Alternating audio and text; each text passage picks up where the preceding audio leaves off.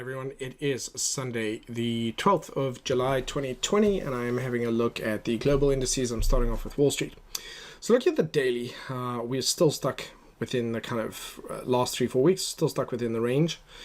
Within that collection of candlesticks though, we do have a really nice we have a series of bullish candlesticks testing and attempting to stay above 25,400. All right, on the weekly there's a very subtle swing low that is starting to take place. So certainly the hint would be that the market is, or at least that the Dow is looking to attempt to run higher this week. So that being said, monthly is still an inside candle at the moment. And so we still have 26,700 to get through as a significant force to be reckoned with. So this week we'll see how it goes with the rest of these, but my initial expectation is to see it attempt to head up higher. As always, just with all the increased volatility as we head up towards 3rd of November, and keeping in mind that as a result of the concerns, the unnecessary concerns about, voting issues, meaning in terms of falsifying voting records and so on and so forth, and vote interference. The concerns are really going to be focused on counting the votes, and if mail-in voting is going to be the way it's done this year, then it's going to take longer to tally this up, which means we could be waiting as long as 3 or 4 or 5 or more days to hear what the final outcome is. So effectively, you could say for the first week, I guess, of November, this is really what we could potentially, up until that point, we could be seeing more of this. But I'm looking to see if we do manage to break out to the upside. Now the S&P 500 managed to finish really nice and close with a nice little decent sized bullish candle outside and above this level of resistance. The weekly has confirmed that swing low. And certainly it's not overextended at any point, and so there's nothing that should really be getting in its way at this point in time to continue on upwards. It certainly is leaning to the upside there. So the Nasdaq, this is one that I think I would need to spend a little bit more time on. So the daily, as I said, in isolation is picture perfect. This is fantastic. What I'm going to comment on is a couple of things now. It has not retraced. If you look at the most recent cycles, or if I look at these most recent cycles, it should have started to retrace by now. It hasn't done that. So now it is almost certainly heading into overextended territory.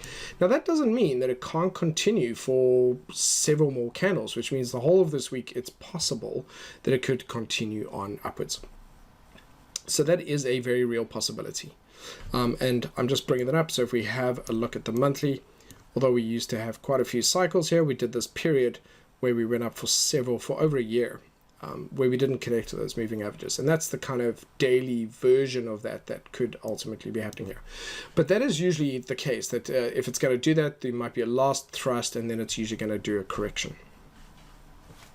So that in isolation looks nice and bullish. The weekly, if the angle of this is very much unsustainable, as I've said before, it's now entering, let's call it the danger zone. We're actually almost at 11,000. So I was seeing 10,000 initially as a potential resistance. Now I'm going to clock it at 12,000. That this would be, to me, that last minute burst that monthly could do potentially up to here is not completely impossible, but I just, and so I've included that is my area now. But the question for me, I guess, is, are we now already overextended? Yes, we are. The daily has now certainly entered that territory here. The weekly is definitely in that case. The angle of this and the energy behind it is crazy. The monthly is already in that area. If you look at previous cycles here, the kind of distance from the moving averages, we've surpassed that. So based off my experience with the Nasdaq, this is the furthest we have ever been away from the moving averages. And the furthest prior to this was in February and March when we had a big correction. So I'm observing that we are now certainly in the danger zone. I think that's a reasonable expectation, that the correction, when it comes within the next, because if we do manage to keep pushing through here, it's going to be within the next couple of weeks, and then we'll potentially have a correction after that. So 12,000 I think is likely to be the next edge. 13,000 seems a bit extreme, but 12,000 certainly at the ease with which we went this week and almost hit 11,000. So what does that mean? It means that this is now sort of going parabolic, and if it does do a thrust up like that, it's likely to do a correction. If it does, hypothetically, or as part of my potential outcome here, hit 12,000 and correct, it's going to come back down towards 9,000.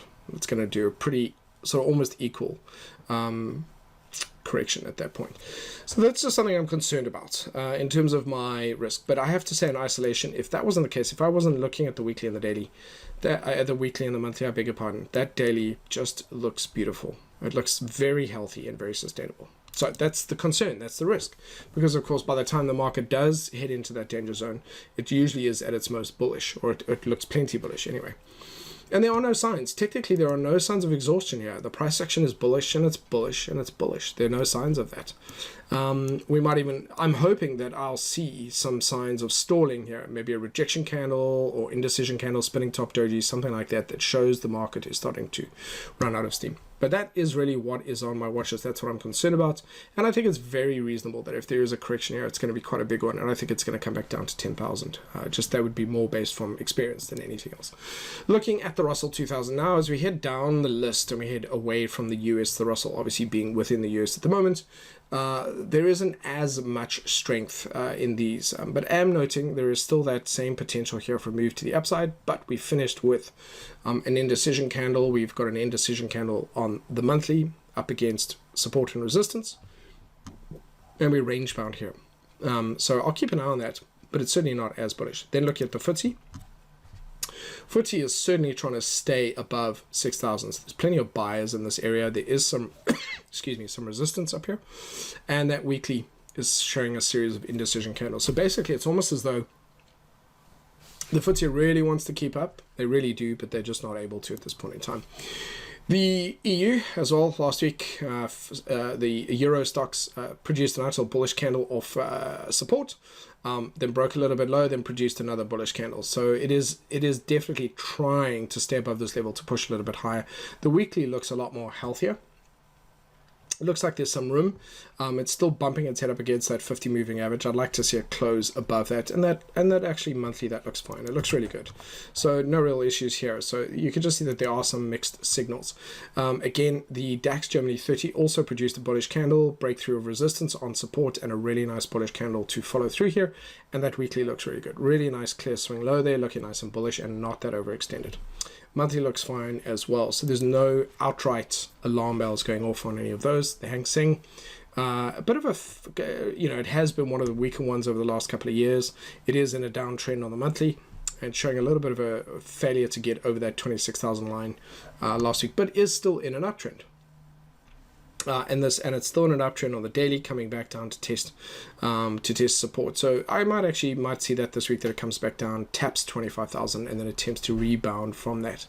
Then looking at the Nikkei has got a very subtle uptrend, forming a bullish breakout pattern here. Very nice weekly. There's a bit of that swing low behavior there, and it has got obviously strong resistance heading up from 24,000 up to 25,000. So it is leaning towards the upside and then finishing on the ASICs, which is in an uptrend on the daily. It doesn't look beautiful, it doesn't look that pretty, but it is certainly keeping up with everyone else, and a nice little weekly one with a series of weekly bullish candles. But noting that the monthly candle so far is an inside and a bit of a rejection candle. So we're almost halfway through the month, and therefore that's just something that I'm going to take note of. So in summary, when I'm looking at this, they're just like last week, where it was definitely looking quite bullish. This week there are bulls in the market. The question is, can they finish the week higher? Will they attempt to push higher and then stumble and fall, or can they continue to push higher? Now, it's a possibility for me that the Nasdaq and the US ones might be a little bit stronger, might push a little bit higher, whilst those away from the US might struggle a little bit more. And so that is certainly something I'll keep in mind. But interesting enough, looking at them in isolation and ignoring the Nasdaq for the time being, they certainly look more bearish than bullish.